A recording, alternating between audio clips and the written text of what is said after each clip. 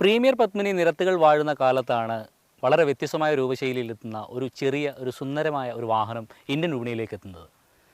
Japan വാഹന നിർമ്മാതാക്കളും Indian വാഹന നിർമ്മാതാക്കളും ചേർന്നിറക്കുന്ന മാരുതി സുസുക്കിയുടെ ഒരു 800 cc പെടുന്ന ഒരു വാഹനം. ശരിക്ക് ഈ വാഹനത്തിൻ്റെ ഒരു ഭംഗി എല്ലാവരും വളരെയധികം ആകർഷിച്ചു. ആ വേളയിലാണ് ഇത് ഇന്ത്യൻ വിപണിയിലേക്ക് എത്തുന്നത്. ഇത് 1984 മോഡൽ ഒരു 800. ഈ വാഹനം ഇന്ന് കാണുന്ന രീതിയിലേക്ക് മാറ്റപ്പെടുന്നതിന് പിന്നിൽ ഒരുപാട് കഥകളുണ്ട്. അവ എന്തൊക്കെയെന്ന് മനസ്സിലാക്കുകയാണ് ഇനിയും.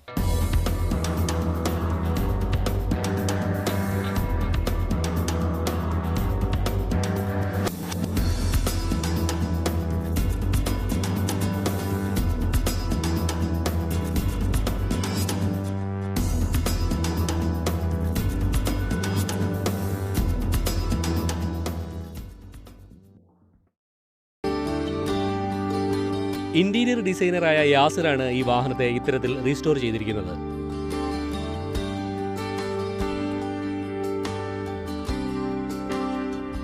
വാഹനത്തോടുള്ള ഇഷ്ടം കാരണം കോഴിക്കോട് നിന്ന് 40,000 രൂപയ്ക്കാണ് ഈ വാഹനത്തെ വാങ്ങിയത്.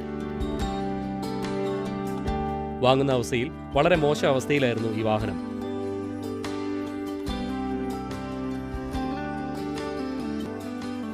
എനിക്ക് ഈ വാഹനത്തിനോട് അങ്ങനെ ഫസ്റ്റ് ടൈം ഒന്നും ഞാൻ കണ്ടിട്ടുണ്ടായില്ല.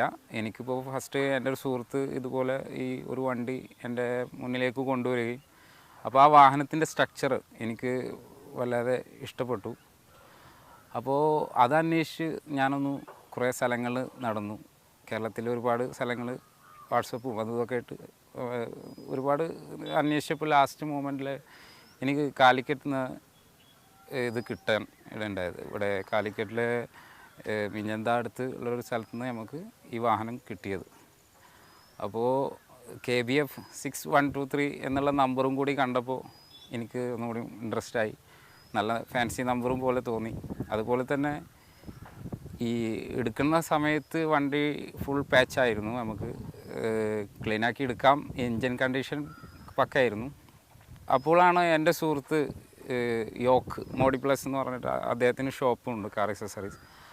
അദ്ദേഹത്തിനെ സമീപിച്ചപ്പോൾ ആൾ പറഞ്ഞു ഇങ്ങനെ മലപ്പുറം ഒരു ലോക്കൽ വർക്ക്ഷോപ്പാണ് എങ്കിലും ആളുടെ ക്വാളിറ്റി വർക്കാന്ന് പറഞ്ഞപ്പോൾ എനിക്ക് താല്പര്യപ്പെട്ടു. അങ്ങനെ മലപ്പുറത്ത് പോവുകയാണ്. സുഭാഷ് എന്ന് പറഞ്ഞ ആളെ കാണുകയാണ്. അങ്ങനെ ആളുടെ അടുത്ത് ഞാൻ സമീപിച്ച് ജബി ഞാനും കൂടി പറഞ്ഞത് മെറ്റാലിക് പെയിൻറ്റ് പക്ക ഫിനിഷിങ്ങിൽ ചെയ്യുകയാണെങ്കിൽ ഈ വണ്ടി നിങ്ങൾ വർക്ക് ചെയ്താൽ മതി, അല്ലെങ്കിൽ നമുക്ക് താല്പര്യമില്ല. അപ്പോൾ ആൾ അതിലും നമ്മൾ ചെന്ന് അറ്റൻഡ് ചെയ്ത സമയത്ത് ആൾ നമ്മളെക്കാൾ ഇൻട്രസ്റ്റിൽ വണ്ടി കണ്ടപ്പോൾ തീർച്ചയായും വളരെ നന്നായി തന്നെ പണിത് തരാം എന്ന് നമ്മളുടെ അടുത്ത് പറയുന്നുണ്ട്. അങ്ങനെ ഫസ്റ്റ് മന്തിൽ നമ്മൾ ഒരുപാട് പാർട്സും കാര്യങ്ങളൊക്കെ അന്വേഷിച്ച് നടക്കുകയുണ്ടായി. ഓരോ ഘടകങ്ങളും തനിമ നഷ്ടപ്പെടുത്താതെയാണ് നിർമ്മിച്ചത്.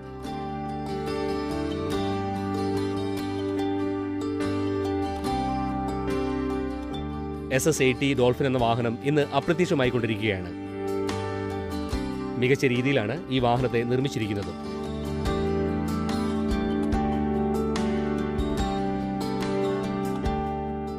പണിത് കഴിഞ്ഞപ്പോൾ ഞാൻ വളരെ ഹാപ്പിയാണ്.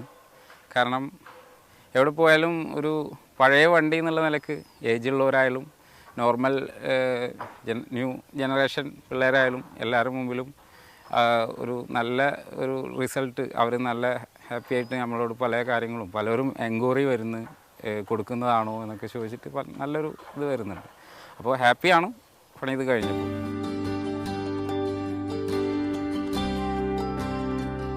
ഇതിൻ്റെ എല്ലാ ഘടകങ്ങളും തനിമ നഷ്ടപ്പെടാതെ ഇത്തരത്തിലാക്കുന്നതിന് പ്രധാനപ്പെട്ട കാരണം യോക്ക് മോഡി പ്ലസ് എന്ന ഷോപ്പാണ്.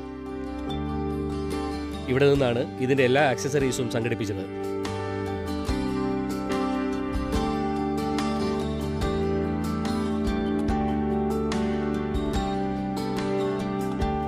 ഈ വാഹനത്തെ ഇത്തരത്തിലാക്കുന്നതിൽ യോക്ക് മോഡി പ്ലസിനുള്ള പങ്കും വളരെ വലുതാണ്.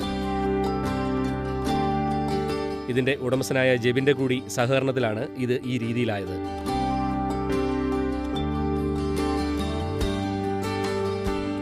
ഇത് വണ്ടി ഞങ്ങൾ മേടിക്കുമ്പോഴത്തേക്ക് ജസ്റ്റ് വണ്ടിയുടെ എൻജിൻ മാത്രം നല്ല കണ്ടീഷനായിരുന്നു. ബാക്കി ബോഡിയെല്ലാം മൊത്തം പോയി കിടക്കുമായിരുന്നു. ഈവൺ ഒരു പുതിയ വണ്ടി ഉണ്ടാക്കുന്ന രീതിയിൽ നമ്മൾ ഫുൾ അതിന് ചേസും അതിൻ്റെ പാച്ചും എല്ലാ കാര്യങ്ങളും ഫുൾ കണ്ടീഷൻ ആദ്യം ചെയ്തതിൻ്റെ ശേഷമാണ് നമ്മളിതിൻ്റെ മേലേക്ക് ബാക്കിയുള്ള അതേപോലെ സീറ്റ് മുതലും അങ്ങനെ തന്നെ ചെയ്തിട്ടുള്ളത്. ഫുൾ ഇൻറ്റീരിയർ എല്ലാം ഡാഷ്ബോർഡ് അടക്കം ഈവൻ പെയിൻറ്റ് ചെയ്ത് ക്ലിയർ ചെയ്തിട്ടാണ് അങ്ങനെ ആക്കി എടുത്തിട്ടുള്ളത്. AC ഉണ്ടായിരുന്നില്ല, പിന്നെ പവർ സ്റ്റിയറിംഗ് അല്ലായിരുന്നു.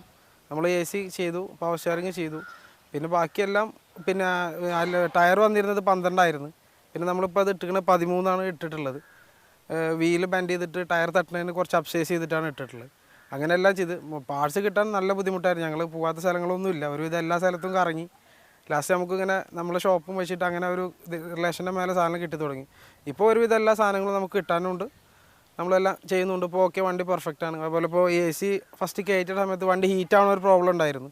പിന്നെ ഞങ്ങളത് കൂളൻ്റ് ആക്കി ചേഞ്ച് ചെയ്ത് അങ്ങനെ എല്ലാം ചെയ്ത് ഇപ്പോൾ പെർഫെക്റ്റ് ആണ് സാധനം. ഇത് വിൻഷീൽഡിൻ്റെ ക്രോം എന്നൊക്കെ പറഞ്ഞത് പണ്ടത്തെ മോഡൽ തന്നെ കമ്പനി വന്നിരുന്ന ആ സ്റ്റോക്കിൽ വന്നിരുന്ന സാധനം തന്നെയാണ്.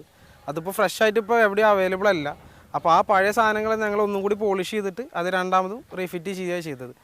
പിന്നെ എന്ന് വെച്ച് കഴിഞ്ഞാൽ ഇപ്പോൾ അലോയും ഇത് 13 സൈസാണ് യൂസ് ചെയ്തത്. 13 ഇങ്ങനത്തെ മോഡൽസ് കിട്ടാൻ വളരെ റെയറാണ്. 14, 15 അങ്ങനെയുള്ള സൈസുകളിൽ അവൈലബിൾ ആണ്. ഇത് ഞങ്ങൾ കുറച്ച് മെനക്കെട്ടിട്ടാണ് ഈ ഒരു സൈസും കിട്ടിയത്. ടയറും അതേപോലെ തന്നെ കുറച്ച് വീതി കൂട്ടിയിട്ട് അപ്സൈസ് ചെയ്തിട്ടുള്ളത്. ഇനി ഇതിനും വലിയ അപ്സൈസ് ഇടാൻ പറ്റത്തില്ല. എന്നുവെച്ചാൽ ടയർ ഷെയ്ക്ക് ചെയ്യുന്ന സമയത്ത് അത് വന്ന് ബോഡിക്ക് തട്ടും. അത് കാരണം ബാക്കിൽ നമ്മൾ ലീഫ് കുറച്ച് ബെൻഡ് ചെയ്തിട്ട് ഒന്ന് ഹൈറ്റ് കൂട്ടിയിട്ടുണ്ട്. ഇൻറ്റീരിയറിൽ നമ്മൾ ചെയ്തതെന്ന് വെച്ചാൽ മെയിനായിട്ട് സീറ്റ് ഫുള്ള് അഴിച്ച് ഫുള്ള് അത് പിന്നെ മലപ്പുറം എന്ന് പറഞ്ഞ സ്ഥലത്തൊരു പഴയ ഒരു സീറ്റൊക്കെ സ്റ്റിച്ച് ചെയ്യുന്ന ഒരാൾ മുഖേനയാണ് അത് ചെയ്തിട്ടുള്ളത്. അതേപോലെ ഡോർ പാഡെല്ലാം ഫുൾ ചേഞ്ച് ചെയ്ത്. പിന്നെ വണ്ടി ഫ്രണ്ടിൽ ഡാഷ്ബോർഡ് മുതൽ ബാക്ക് വരെ സൗണ്ട് പ്രൂഫിന് വേണ്ടിയിട്ട് ഡാമിങ് ഷീറ്റ് പറഞ്ഞ ഷീറ്റ് വെച്ചിട്ട് ഫുൾ പാക്ക് ചെയ്തിട്ടുള്ളത്. അത് കാരണം വണ്ടിയുടെ AC കൂളിങ്ങും പുറത്തുനിന്നുള്ള നോയ്സും എല്ലാം നല്ല ഡിഫറൻസ് ഉണ്ട്. AC കിട്ടുന്ന പെട്ടെന്ന് കൂളാവും, അങ്ങനെയൊക്കെ ചെയ്യും. ഇപ്പോൾ ഏകദേശം നമുക്കൊരു 3 lakhs എബോവ് വന്നിട്ടുണ്ട് ഫുൾ കോസ്റ്റ് അറ്റ് പ്രസൻറ്റ്.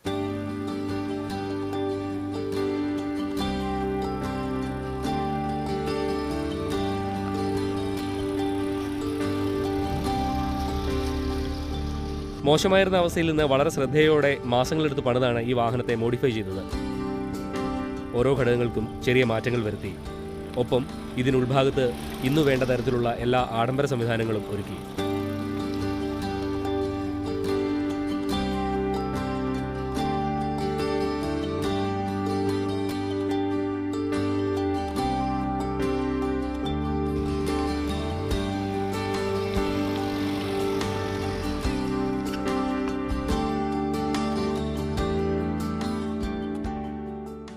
ഈ എപ്പിസോഡിനെ കുറിച്ചുള്ള അഭിപ്രായങ്ങളും നിർദ്ദേശങ്ങളും ഒപ്പം വാഹന സംബന്ധമായ സംശയങ്ങളും ഞങ്ങൾക്ക് എഴുതുക.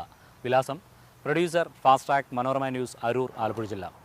ഈ എപ്പിസോഡ് പൂർണ്ണമായി കാണാൻ സാധിച്ചിട്ടില്ല എങ്കിലും മുൻ എപ്പിസോഡുകൾ കാണണമെങ്കിലും ഞങ്ങളുടെ വെബ്സൈറ്റായ manoramnews.com കാണാൻ സാധിക്കും. അടുത്തയാഴ്ച മറ്റൊരു പുതിയ വാഹനത്തിൻ്റെ വിശേഷവുമായി വീണ്ടും കാണാം.